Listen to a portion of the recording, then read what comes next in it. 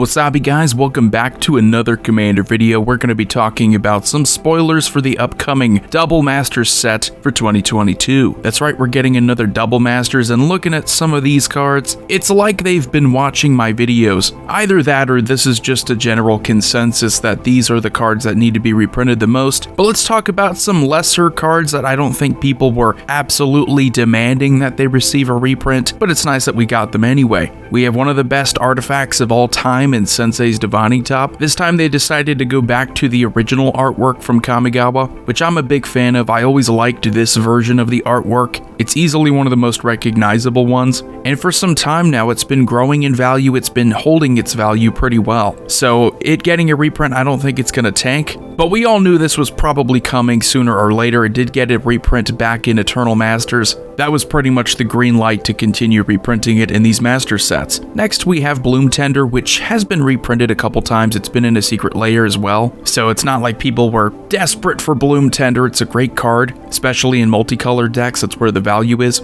So my hope for this set is that the average rare is something like Bloom Tender. Maybe not a Double Masters Chase card, but if this is what you break even on, I wouldn't be too upset. Unfortunately, I think we're getting a lot of the good stuff first. Who knows what kind of bulk they're going to put in the set. And then we have Mana Vault, which is a great reprint. Again, this got a reprint some time ago. I think it might have been Ultimate Masters, but it's one of the most highly sought after mana rocks because it's one of the few that is similar to Sol Ring in that it taps for more mana than what you spend to cast it, making it very easy to ramp into your following turns. It's an old school card, goes back to the very beginning of Magic the Gathering, and the fact that people are still looking for it for their commander decks. Are talking competitive EDH and even some casual decks. Its price has been pretty high for a long time. And then we have Cavern of Souls, which is another great card for commander. Good for any kind of tribal deck where you're just looking to protect your creatures when you cast them. You don't want those creatures getting countered, and that's why Cavern of Souls has always been a great utility land for that. The whole focus behind the card, of course, is not really mana production, but if you are looking to give your deck a little bit more of a competitive edge, that's what you went for, you know? You went for stopping the counter spells. Now we get to talk about some of the biggest reprints, and this is where I think that they've been paying attention to YouTube. They've been paying attention to people in the comment sections, because these four are what I think people have really been asking for.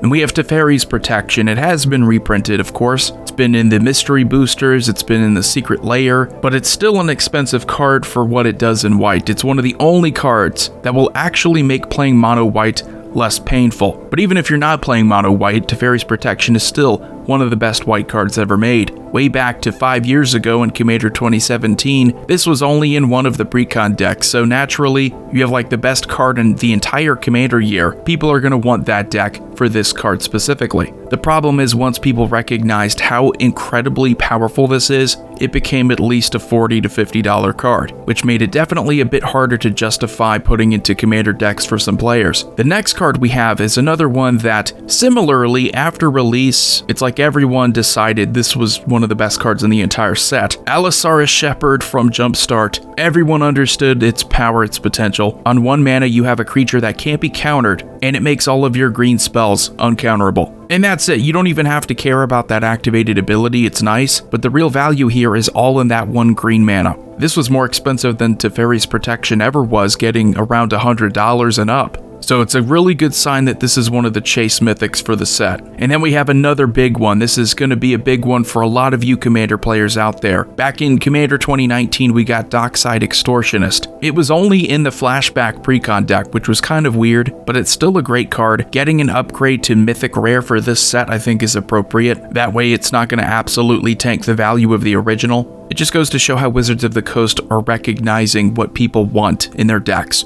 And in red, like with white and Teferi's Protection, you needed some kind of way of balancing the board. You needed your own competitive edge, and Dockside Extortionist is perfect because it does see play in competitive EDH, and it does see plenty of play in casual decks. It's all around one of the best red cards ever made. And next we have probably the biggest reprint, and this is one that people have been begging for. We have Imperial Seal. One of the big tutors that really isn't as good as a demonic tutor or even a vampiric tutor, but by God, it is way more expensive and harder to find them both. So similarly with Grim Tutor getting a reprint in that core set from a couple years ago, Imperial Seal getting a reprint now as a mythic, it's giving the players exactly what they've been asking for. And I have mentioned it before in cards that need to be reprinted, but I think it's too obvious. A card that's easily $500 to $600 even for the Judge promo. It's not reserve list at all. Probably should have been in a master set by now, but at least we're getting it in double masters for 2022. So anyway, that's going to do it for the preview here, what we can expect to see in this set. Let me know what you think about it in the comment section below. If you have not already, please do subscribe to the channel. I really appreciate it. We are well past 36,000 subscribers. Thank you so much for that. I will see you guys next time.